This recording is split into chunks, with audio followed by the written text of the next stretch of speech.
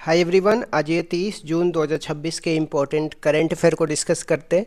So let's get started without any further delay. प्रश्न संख्या 1 से स्टार्ट करते हैं। बांग्लादेश ने हाल ही में मोंगला पोर्ट के पास इकोनॉमिक जोन बनाने के लिए किसके साथ समझौता किया है? तो चीन के साथ समझौता किया है। यह चीन की मोतियों की माला की नीति, जिसको स्टिंग अप पल्स बोलते हैं, इसका हिस्सा है। अब स्टिंग अप पल्स का लक्ष्य है कि भारत को घेरना है। इसके तहत चीन ने श्रीलंका के हम्बनटोटा, पाकिस्तान के ग्वादर और बांग्लादेश के चटगाम पोर्ट पर पहले से ही अपनी पकड़ बना रखी है। बांग्लादेश की बात करते हैं तो बांग्लादेश बिग कैट अलायंस का 27वां देश बना है और इसकी मुद्रा टका है, तो ये भी आपको ध्यान में रखना है। नेक्स्ट क्वेश्चन में आता है, प्रधानमंत्री मोदी को सेशल्स के किस सर्वोच्च सम्मान से सम्मानित किया गया है? तो गार्जियन ऑफ ब्लू होराइजन सम्मान से प्रधानमंत्री मोदी को सेशल ने सम्मानित किया है। यह सम्मान उन्हें पर्यावरण संरक्षण और सतत विकास के लिए दिया गया है।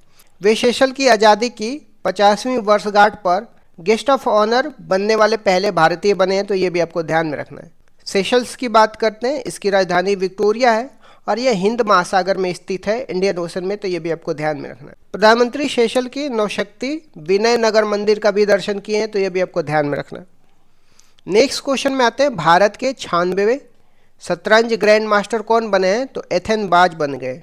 वे गोवा के रहने वाले हैं और वे मात्र 14 वर्ष के हैं। भारत के 97वें ग्रैंड मास्टर हर्षवर्धन जीवी हैं और ये चेन्नई के बने हैं।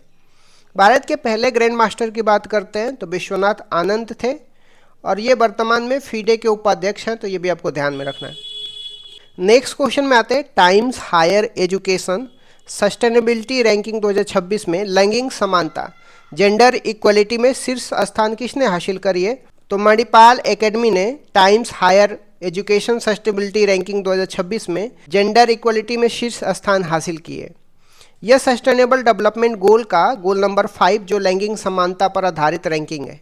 समग्र रैंकिंग में भारत का शीर्ष संस्थान लवली प्रोफेशनल यूनिवर्सिटी रहा है, जिसे विश्व का 23वां स्थान मिला, तो ये भी आपको ध्यान में रखना है। नेक्स्ट क्वेश्चन में आते हैं, भारत ने किस नेविगेशन सिस्टम का उपयोग करके पहली बार उदयपुर में जेट विमान की सफल लैंडिंग करी है? तो गगन नेविगेशन का यूज करके भारत ने पहली बार उदयपुर में जेट विमान की सफल लैंडिंग की है। गगन के पूर्ण रूप की बात करते हैं तो जीपीएस एडेड जियो एगुमेंटेड नेविगेशन है, तो ये भी आपको ध्यान में रखना है। इसे इसरो और भारतीय विमानपत्तन प्राधिकरण ने संयुक्त रूप से विकसित किया, तो ये भी आपको ध्यान रखना है। यह लैंडिंग इंडिगो के विमान द्वारा उदयपुर राजस्थान में की गई है। भारत का अपना स्वदेशी नेविगेशन सिस्टम की बात करते हैं तो इसका नाम नाविक है, ये भी आपको ध्यान में रखना है, जबकि जीपीएस अमेरिका का है। नेक्स्ट क्वेश्चन में आते हैं, किस देश के नए राष्ट्रपति के रूप में अबेलार्डो डे ला एस्प्रिला को चुना गया है? तो ये कोलंबिया के नए राष्ट्रपति चुने गए। इनका कार्यकाल 2026 से लेकर 2030 तक रहेगा। कोलंबिया की बात करते हैं तो कोलंबिया की राजधानी बोगोटा है और इसकी बॉर्डरिंग कंट्री को भी आपको ध्यान में रखना है, जिसमें वेनेजुला, ब्राज़ील, पेरू, इक्वाडोर और यहाँ पे पनामा के साथ भी इसका बॉर्डर लगता है।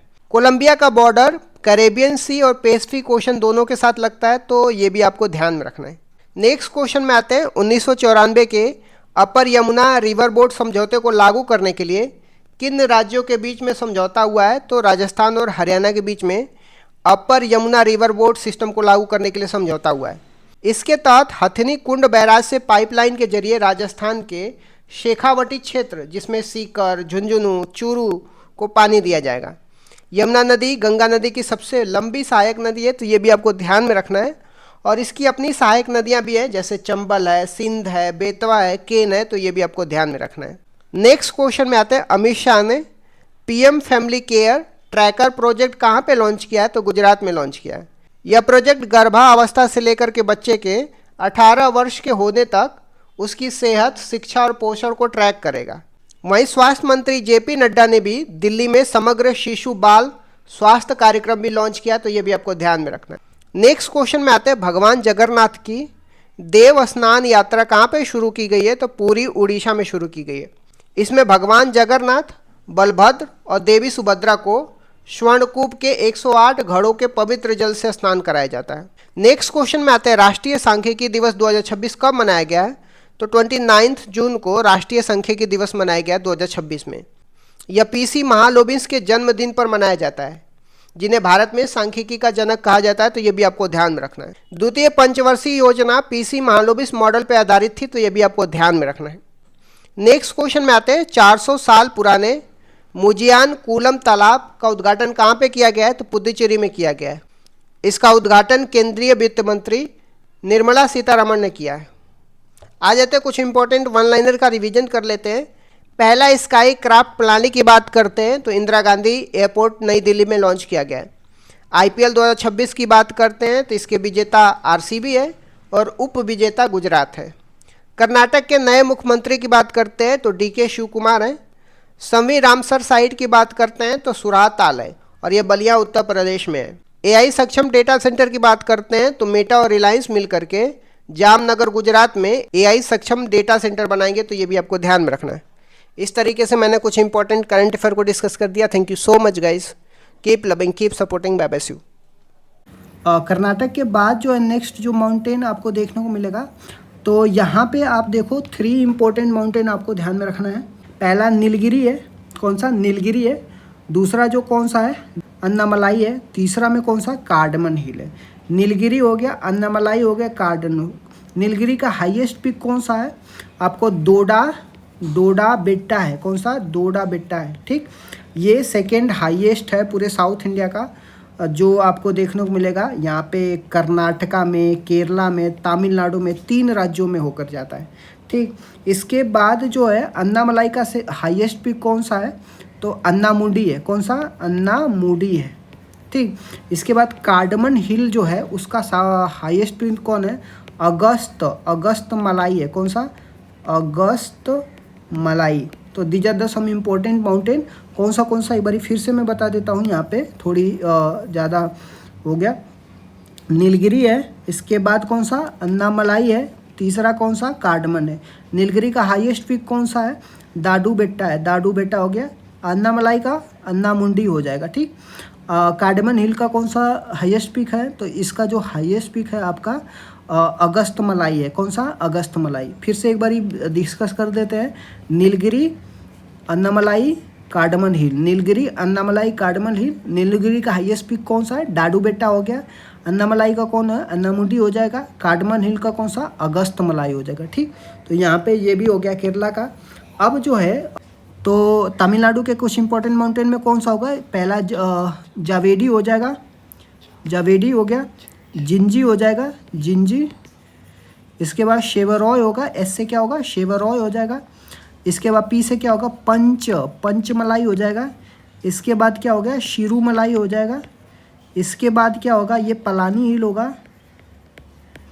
इसके बाद क्या होगा? वी से वरुशनाद हो जाएगा, वरुशनाद। तो these are the some important mountain you have to keep in mind that. Okay, next देख लेते हैं आंध्र प्रदेश में। आंध्र प्रदेश में कौन सा इम्पोर्टेंट है?